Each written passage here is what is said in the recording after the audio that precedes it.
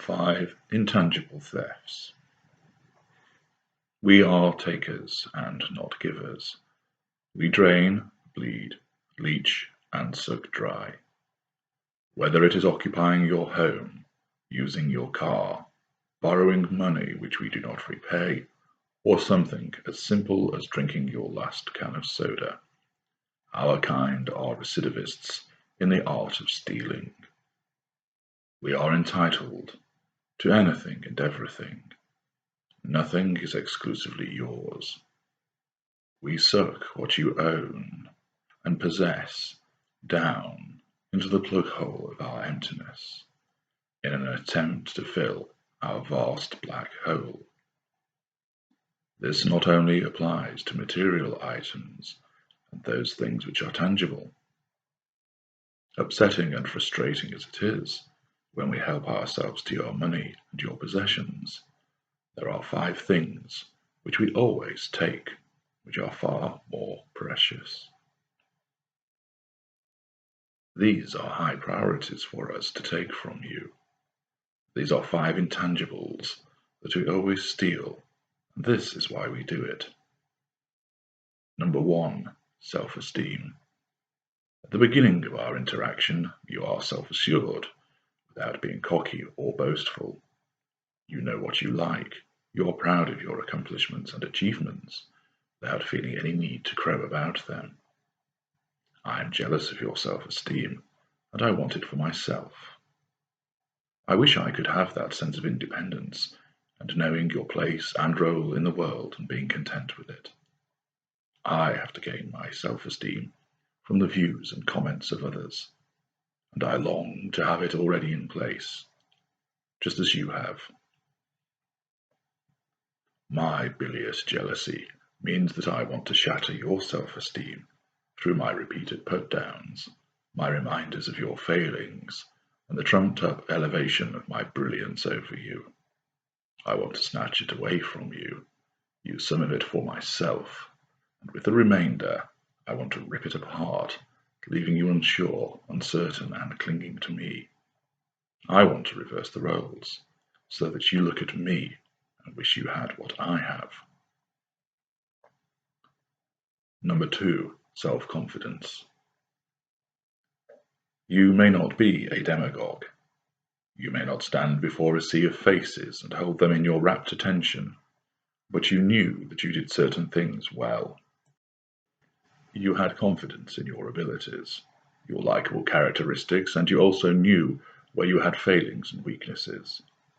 You addressed those vulnerabilities, and you never made them somebody else's problem. Once again, my envy is such that I want this self-confidence. I know how to portray it with my boasting and bragging, always turning heads as I make a grand entrance, easily able to play to the crowd at a function, as I am driven on by my knowing that I am superior, that I am entitled to this crowd's attention, and everyone should be praising me, because I am worth praising. I suck the self-confidence from you, absorbing it into me, powering my being with what you once had. My conjuring and manipulation is designed to drain you of your self-confidence, to ensure that you rely on me all the more, turning to me for approval, seeking my permissions, and always requiring my say-so. You have to ask me first if you can see your friends. Your conversations are never private, as I am always listening in. You run every decision past me now, for you are so fearful of making a mistake and incurring my wrath, be it a silent, baleful glare, or the blazing, spittle-flecked floor oral assault. You even ask if you may use the bathroom, such is the erosion of your self-confidence, to make a decision for yourself. Number 3, critical thinking. You once were a pretty good judge of character, able to rationalize and evaluate, but you did not reckon with the force that is my love bombing. You should not be ashamed, for few recognize it for what it really is, and all too soon they become entangled in a seemingly wonderful golden period, unaware they have now been ensnared. We need to attack your critical thinking capability and damage it to the point of no function. If you are able to evaluate what we are doing, there is the possibility of you working us out and stopping the provision of the fuel that we need. There is a chance that you will escape us. We must not allow that to happen, and through our gaslighting of you in particular, our repeated and sustained lying, and the incessant barrage which exhausts you, we whittle away your ability to reason and think. The throbbing headache which never really goes away, the tiredness around your eyes, and the sense of utter fatigue plays havoc with your ability to think straight and see what is really happening. It is far easier just to accept what we say as the truth. It is easier to go along with what we want. You can no longer distinguish reality from illusion as we hammer away until your critical thinking capability has been smashed. Now we can keep you in our grip without fear of you working things out. Number 4, credibility. Once upon a time you were always believed. Your word was regarded as the truth, and people accepted this. You were not questioned, but rather, when you explained something or recounted an incident, you were believed.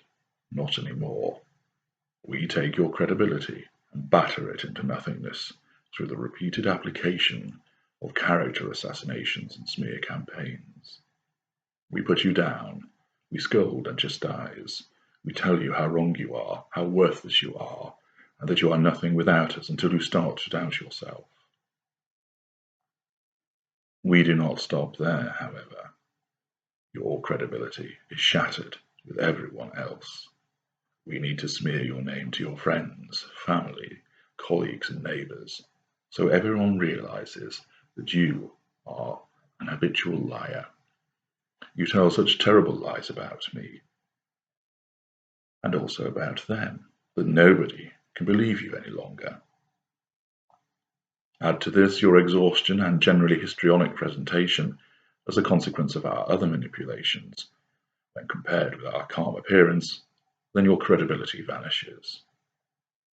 We take it further, so that you are not believed in situations dealing with your employer, the school, the authorities, and so forth, so that you find yourself in some Kafkaesque nightmare where you always feel like the accused and you are never believed. Now, we have free rein to spin our propaganda in order to maintain our superiority. Number 5, trust. We finally take your ability to trust and we destroy it. You may think it odd that we might destroy your ability to trust us, but that does not matter. If you no longer trust us, we still do as we please. We still make out that it is your fault that we do what we do, and because we have eroded your self-esteem, shattered your self-confidence, maligned your critical thinking, and removed your credibility, we look to triumph. It does not matter to us that we have removed any trust you once had for us, because this removal is not going to stop us doing what we want to do. The trust that really matters, the trust that we have taken from you, comes later. In the event that you happen to escape us, whether it is through your own doing or staying free from us once we've discarded you, it is what comes next where the eradication of your ability to trust matters. We leave you always doubting those that you meet. We have you unable to trust someone who has taken an interest in you. Is this person like us? Are they showing signs similar to how we behaved? How can you tell whether they are genuine or not? You are no longer able to trust your own judgment, and you are no longer able to trust those who might just happen to be genuine and make you happy. It is this final intangible theft that we commit, which leaves the harshest and most enduring of legacies.